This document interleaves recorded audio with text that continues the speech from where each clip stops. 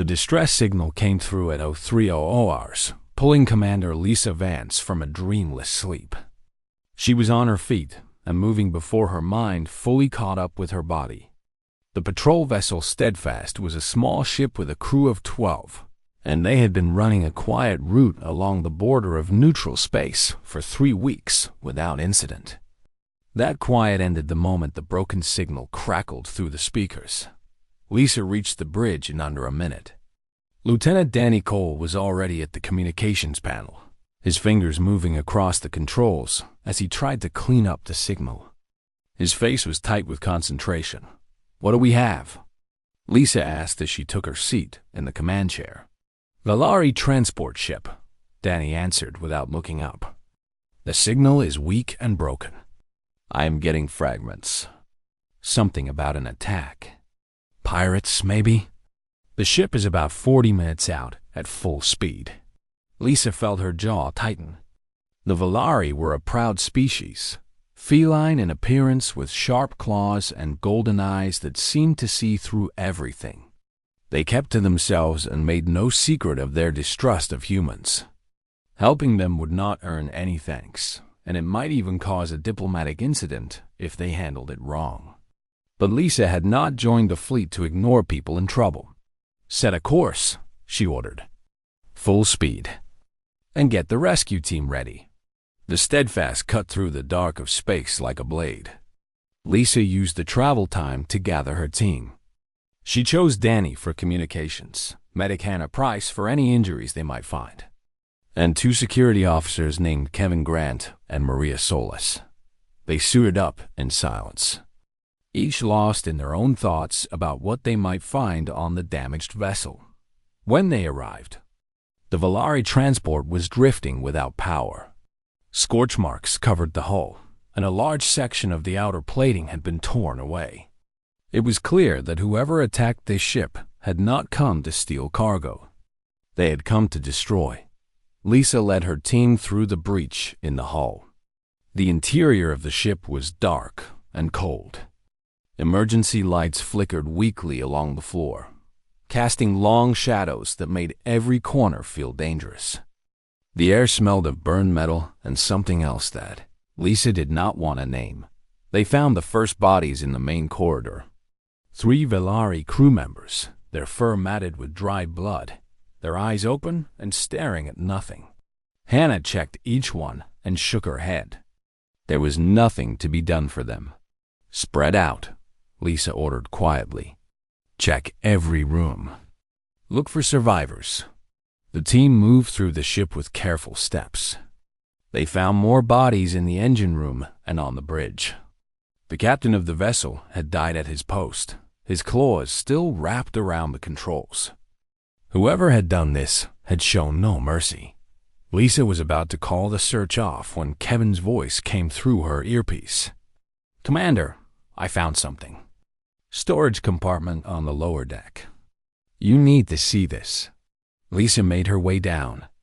The storage compartment was small and cramped, filled with boxes and crates that had been thrown around during the attack. Kevin stood near the back wall, his weapon lowered, his face pale. "In there," he said, pointing to a narrow gap between 2 large containers. Lisa stepped closer and looked into the darkness. 2 golden eyes stared back at her, wide with terror. A small shape pressed itself against the wall, trembling so hard that Lisa could hear the soft rattle of its claws against the metal floor. It was a Valari cub. A child, barely old enough to walk on its own. His fur was gray with darker stripes, and his ears were pressed flat against his skull. He opened his mouth and let out a weak hiss, trying to look fierce despite the fear that shook his entire body. Lisa felt her heart crack open in her chest.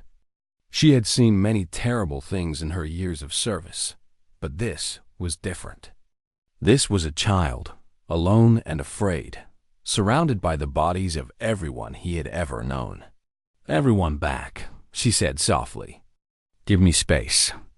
Her team retreated to the doorway without question. Lisa took a slow breath and crouched down, making herself smaller and less threatening. She extended her hand toward the cub, palm open, fingers relaxed. The cub shrunk back. He pressed himself so hard against the wall that he seemed to be trying to push through it. His hiss grew louder, but there was no strength behind it. It was the sound of a creature that had nothing left but fear. Lisa looked at her hand, still reaching out. She thought about what she would want if she were in his place. She thought about what she would need. She lowered her hand. Then she sat down on the floor. The metal was cold, even through her suit. It was uncomfortable in a way that would only get worse with time. But Lisa did not care. She settled into place, crossing her legs, resting her hands in her lap. She made no move toward the cub. She simply sat there, quiet and still. Danny's voice came through her earpiece. "Commander, what are you doing?" "Waiting," Lisa answered. "Waiting for what?" "For him to decide that I am not a threat." There was a pause. "That could take hours. Then it takes hours." Lisa kept her eyes on the cub, but she let her gaze soften.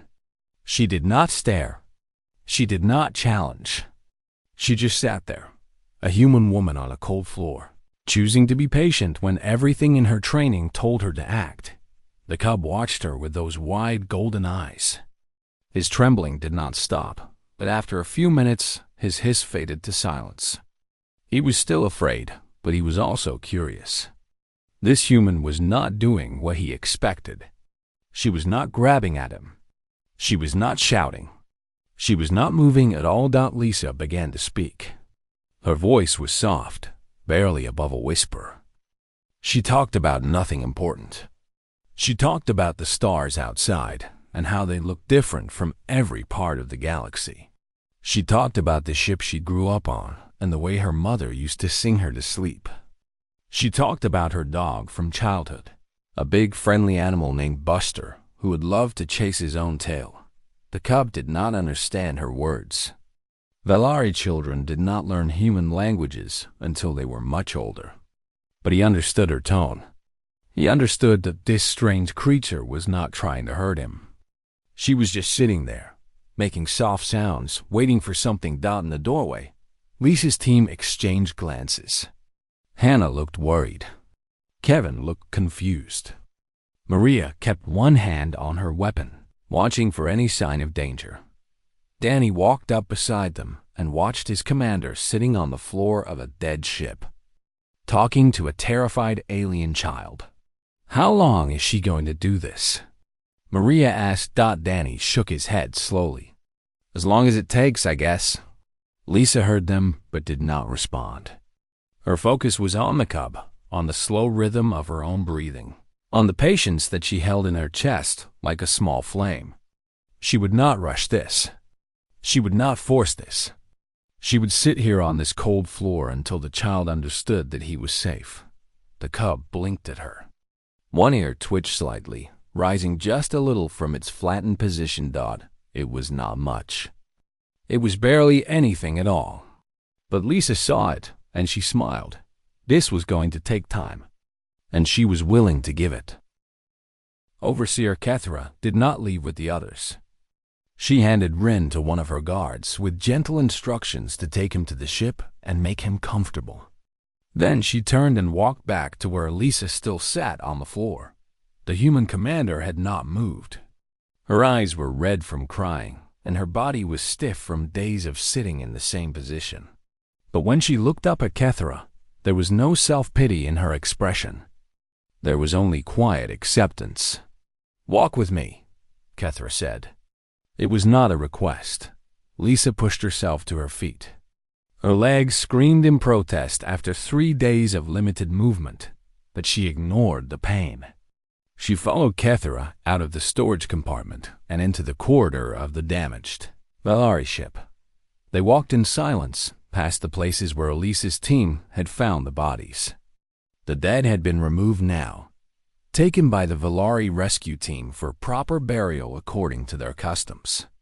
But the memory of what had happened here still hung in the air like smoke. Kethra stopped near a window that looked out at the stars.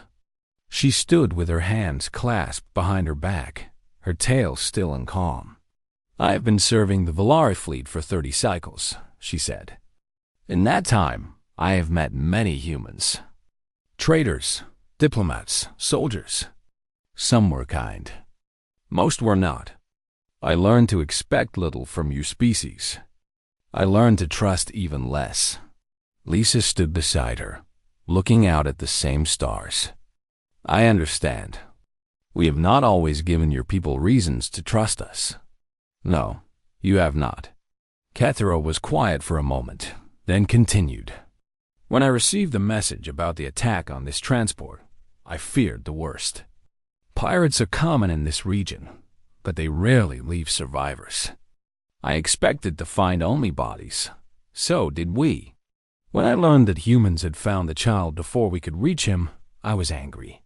I thought you would take him, use him as a bargaining chip, demand something in return for his safe release. It is what I have seen others do.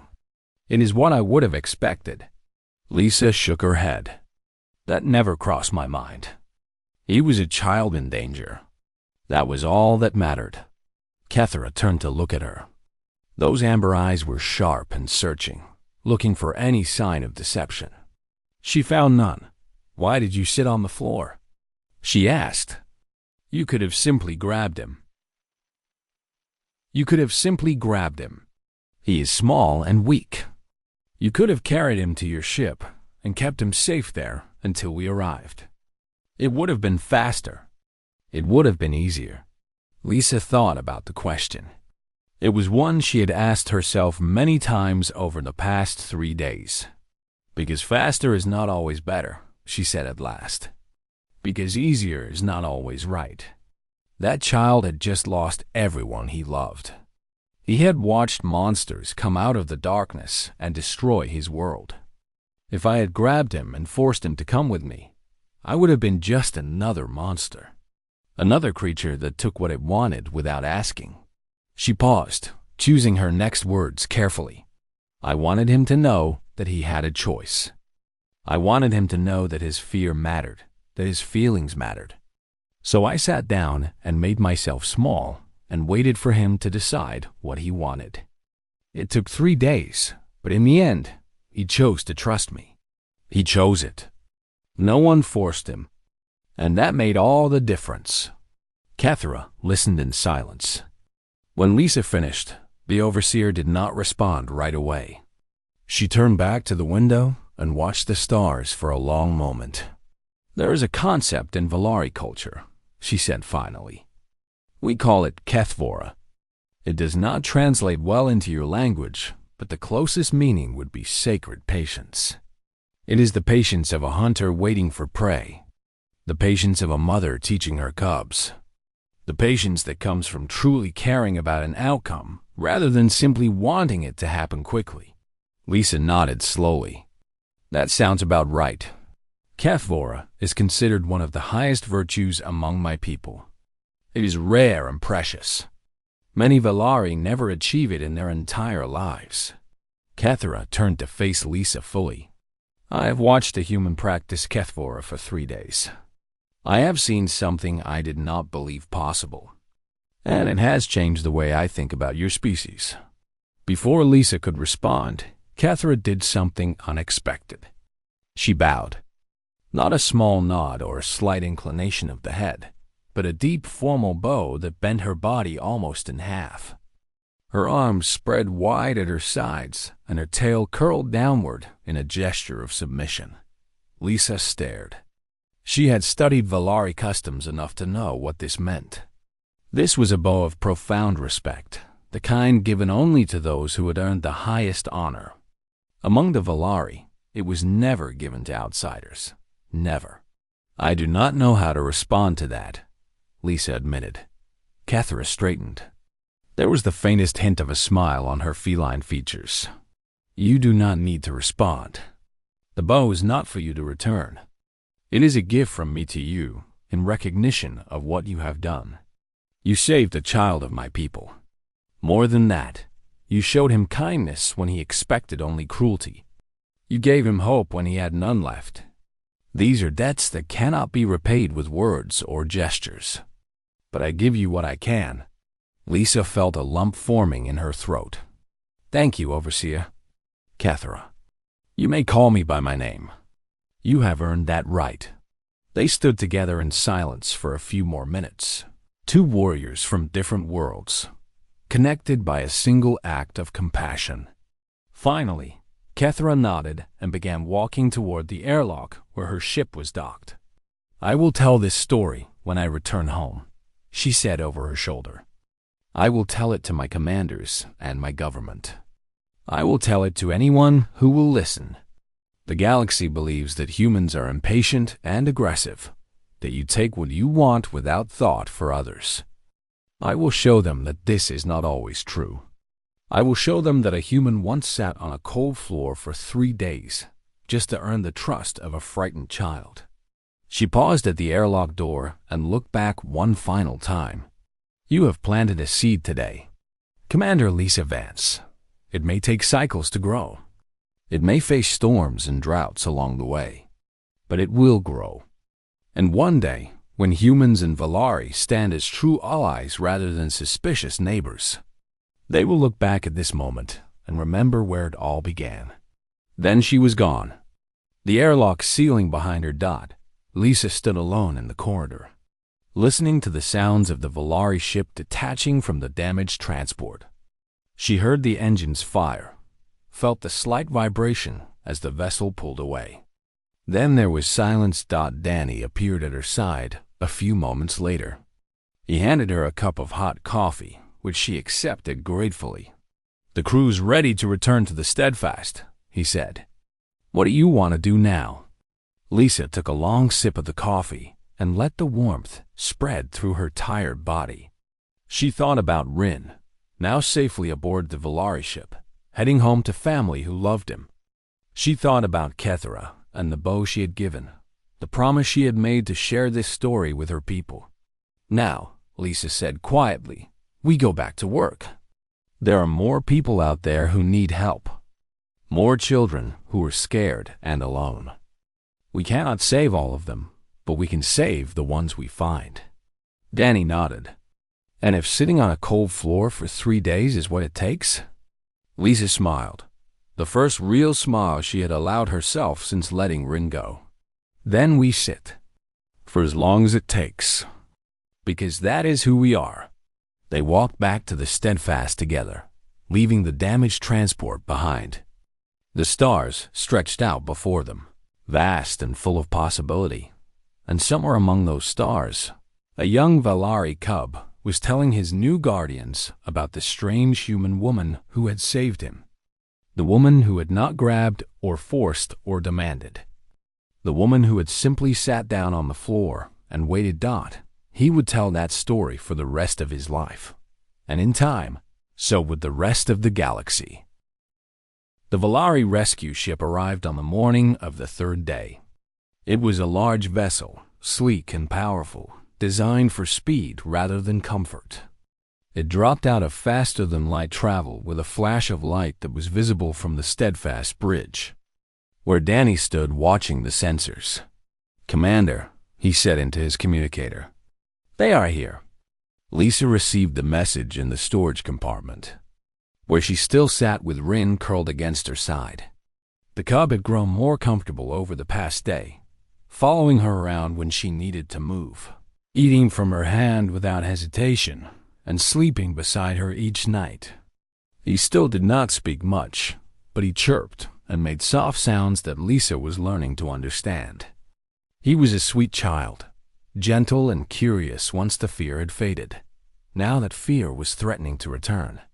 Rin's ears twitched as he sensed something in the air, some change in the mood of the humans around him. He looked up at Lisa with wide eyes, silently asking what was wrong. "Your people are here," Lisa said softly, stroking the fur on his head. "They have come to take you home." Rin did not understand all the words, but he understood enough. His small body tensed against hers, and his claws dug into the fabric of her uniform. Lisa's heart ached. She had known this moment would come. She had known from the beginning that her time with Rin was temporary. But knowing it and feeling it were two very different things. "It will be okay," she whispered. "I promise." The Valari boarding party arrived within the hour. There were 6 of them, all adults, all wearing the formal armor of the Valari military. Their leader was a tall female with dark gray fur and eyes like chips of amber.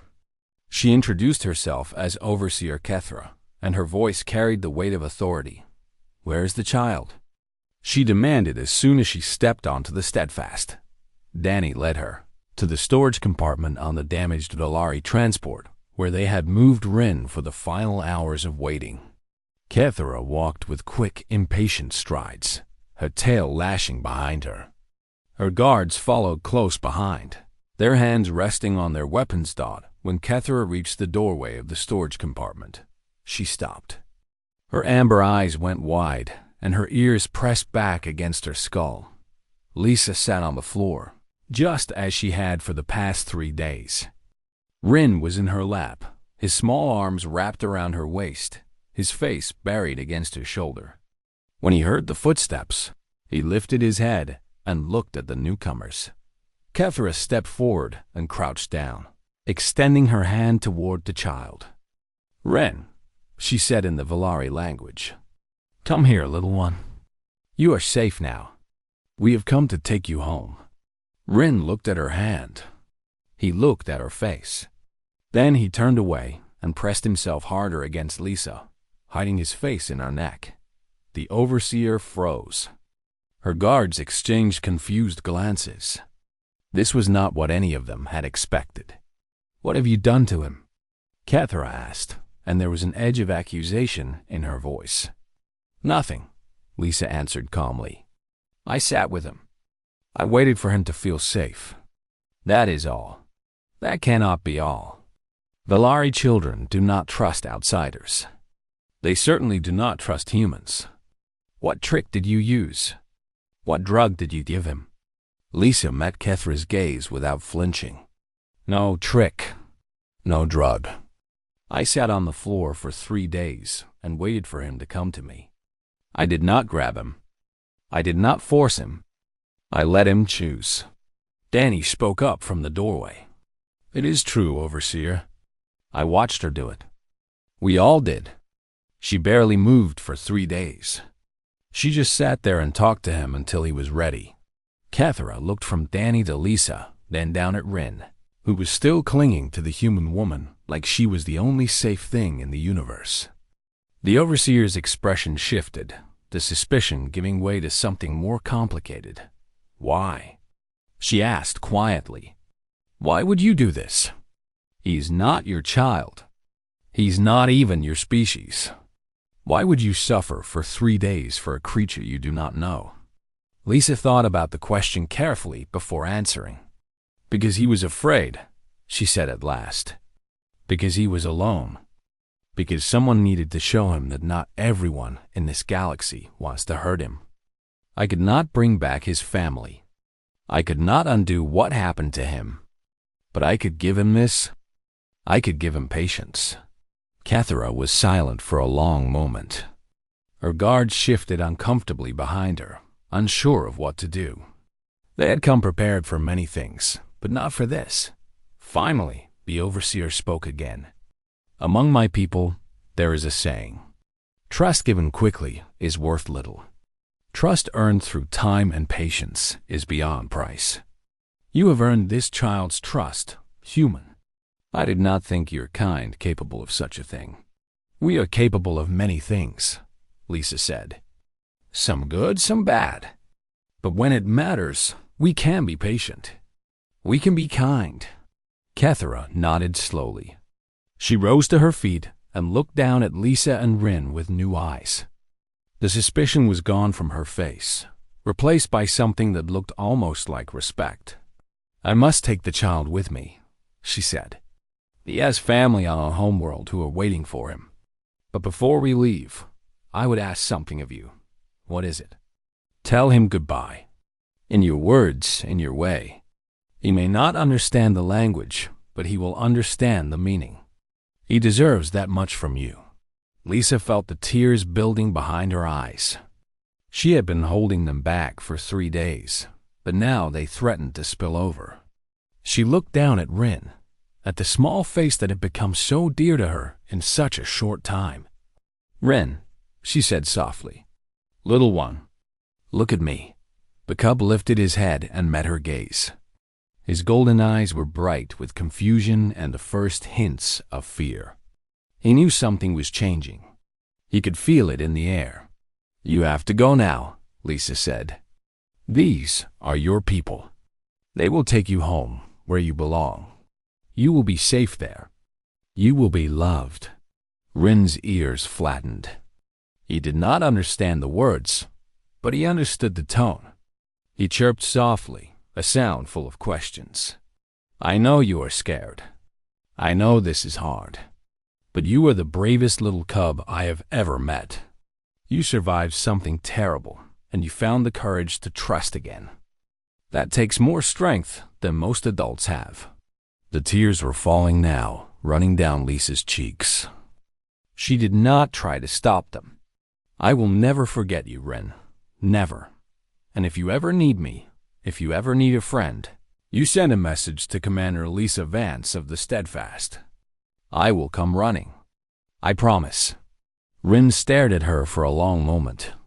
Then he reached up with one small paw and touched her cheek, catching a tear on his claw.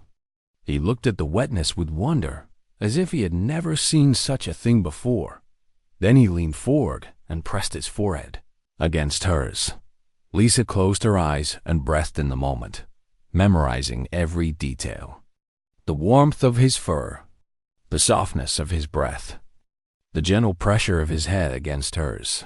When they finally pulled apart, Rin turned and looked at Kethra.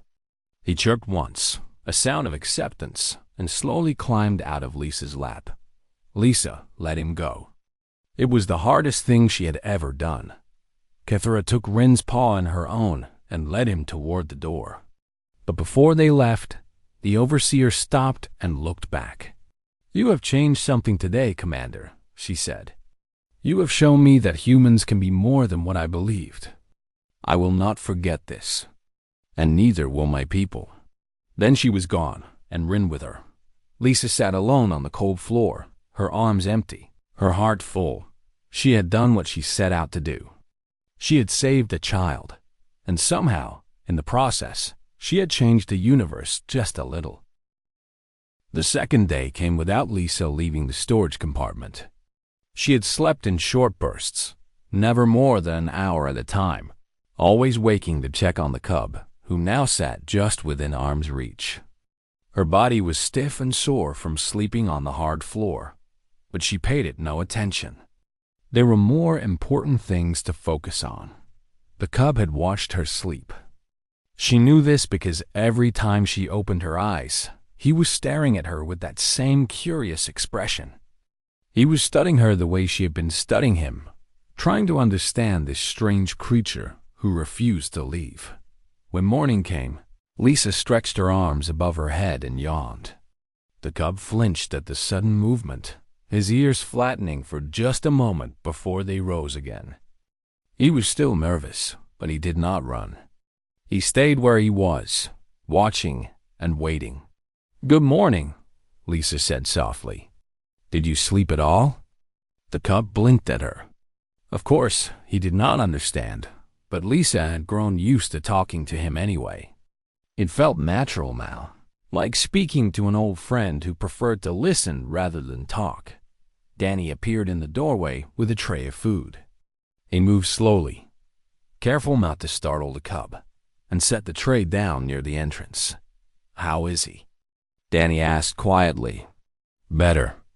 Much better. He has not run from me in hours." Danny looked at the cub, who was now glancing between him and Lisa with those bright golden eyes. "He seems calmer. Still scared, but calmer. That is progress." Lisa reached for the tray and pulled it closer.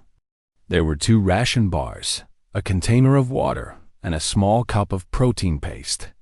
She picked up one of the ration bars and unwrapped it slowly, making sure the cub could see what she was doing. He watched every movement with intense focus.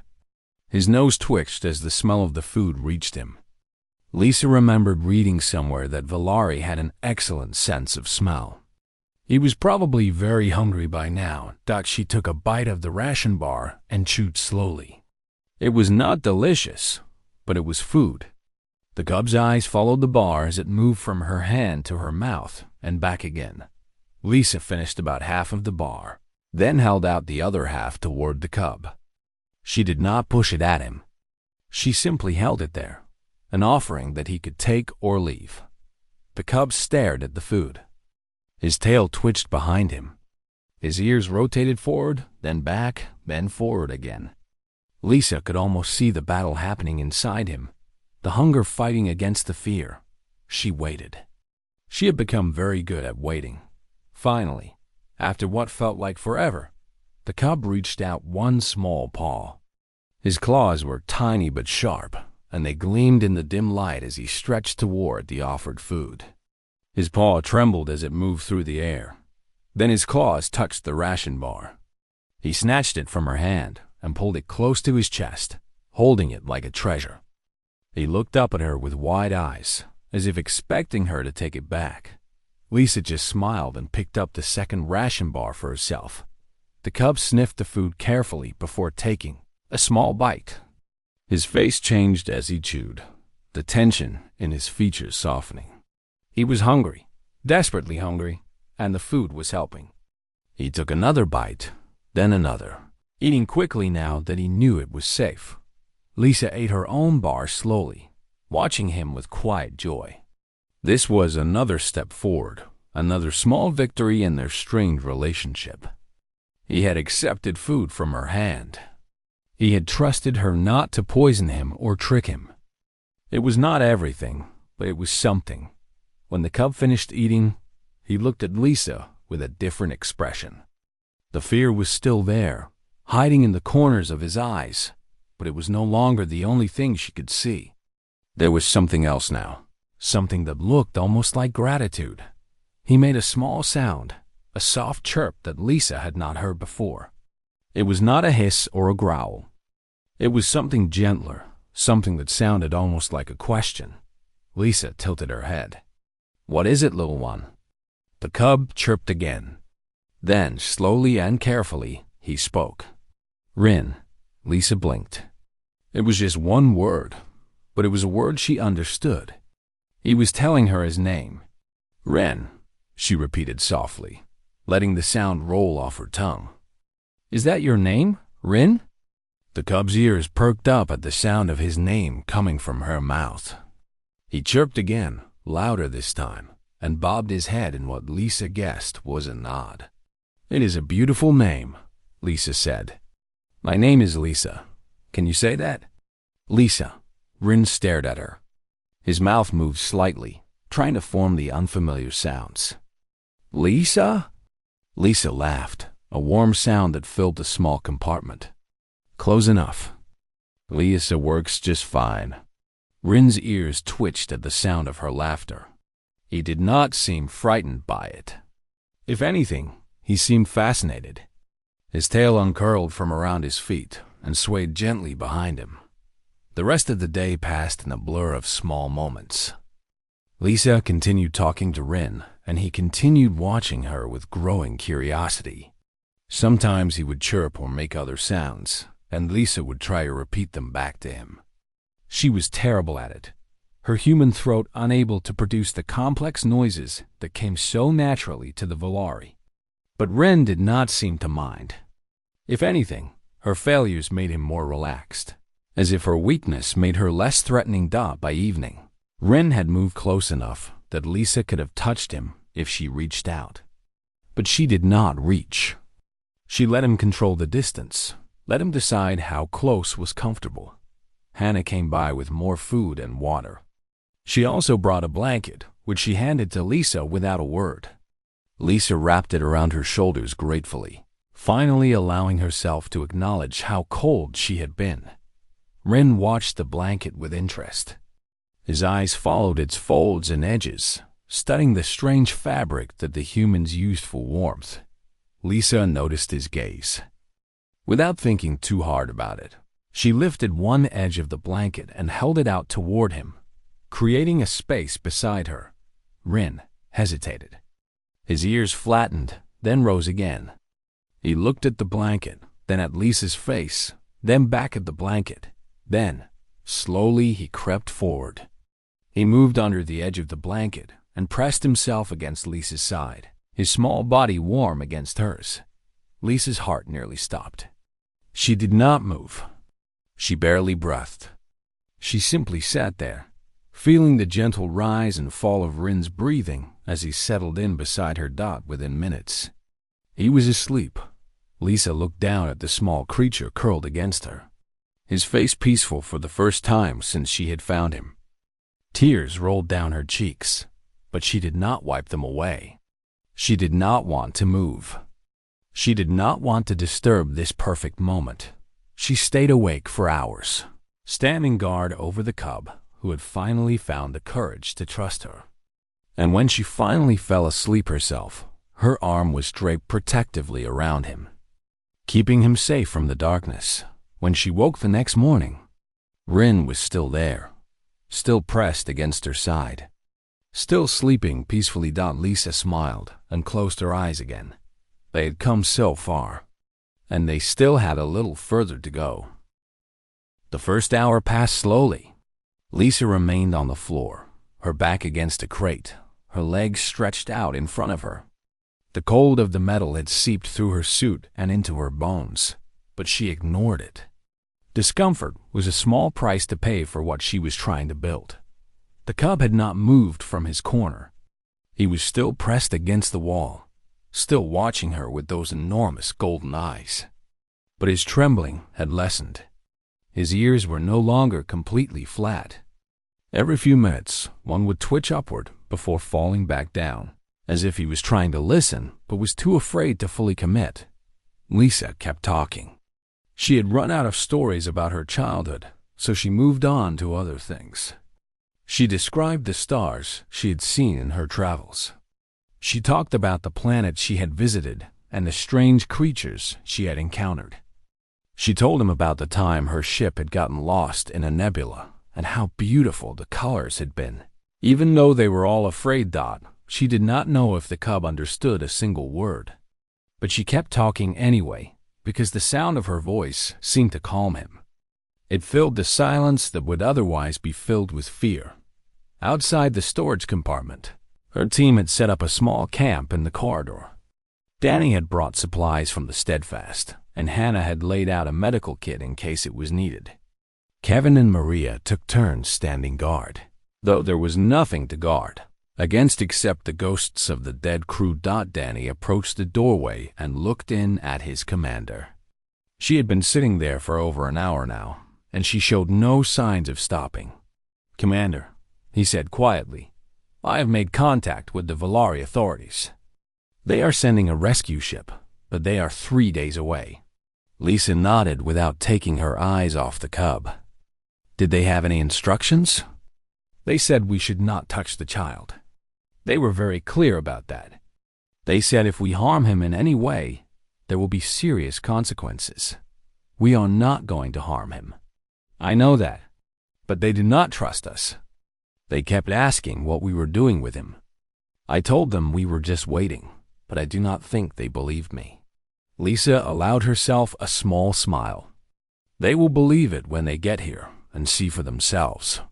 Danny hesitated. He wanted to ask how long she planned to do this, but he already knew the answer. She would do it for as long as it took. That was who she was. "I will bring you some water," he said instead. "Thank you." Danny left, and Lisa returned her attention to the cub. He had shifted slightly, moving just an inch away from the wall. It was such a small movement that anyone else might have missed it. But Lisa noticed. She noticed everything about this child, every twitch of his ears, every flicker of his eyes, every tiny relaxation of his muscles. She did not reach for him. She did not move closer. She just kept sitting there, being present, being patient. The second hour came and went. Hannah appeared in the doorway with a concerned expression. "Commander, you need to rest." You have been awake for almost 20 hours now. I will rest later. Lisa. Hannah rarely used her first name, and when she did, it meant she was serious. You are not helping anyone if you collapse from exhaustion. I am helping him, Lisa said simply. Look at him, Hannah. Really look. Hannah looked. The cub was still afraid, but something had changed. His body was not as tense as before. His breathing had slowed. He was no longer pressing against the wall with all his strength. He was simply sitting there, watching the human woman who had chosen to sit with him. He's starting to trust me, Lisa said. If I leave now, even for a few minutes, I might lose that trust. I might have to start all over again. I am not willing to risk that. Hannah wanted to argue, but she could see the truth in what Lisa was saying. This was not about following regulations or maintaining protocol. This was about a frightened child who needed someone to stay. At least let me bring you some food, Hannah said. That would be good. Thank you. Hannah left, and Lisa went back to talking. She was running out of things to say, so she started describing the people on her ship. She told the cub about Danny, who was always serious but who cared deeply about everyone around him. She told him about Hannah, who had become a medic because she could not stand to see anyone in pain. She told him about Kevin and Maria, who bickered like siblings but would die for each other without hesitation. The cub's ears perked up slightly as she talked. He seemed to like the rhythm of her voice, the gentle rise and fall of her words. His eyes never left her face, but the fear in them was fading.